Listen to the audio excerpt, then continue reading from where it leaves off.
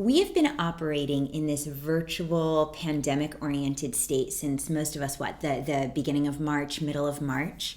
It's been a while. And what I'm starting to hear people think through are some of the changes that they made, most of them out of necessity, right? I mean, back at the beginning, people were just reacting, and they realized in order to stay afloat, there were going to have to be shifts that were made. So it might have been changes that were based on technology. It might have been changes that were based on process. It might have been changes that were based on teamwork and communication.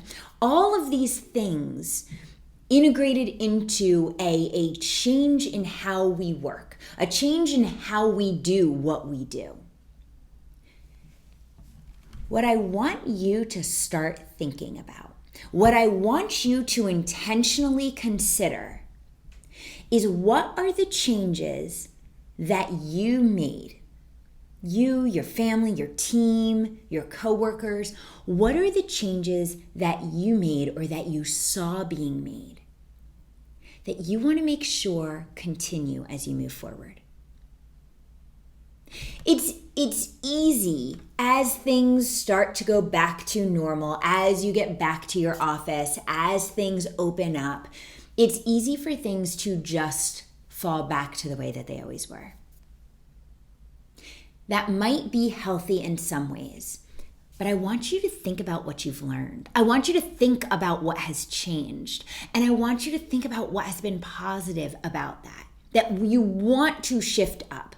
I've got companies that change the way that they communicate and actually communicate to the entire company that they've loved and they've gotten positive feedback around, and they've had people say, don't stop doing this.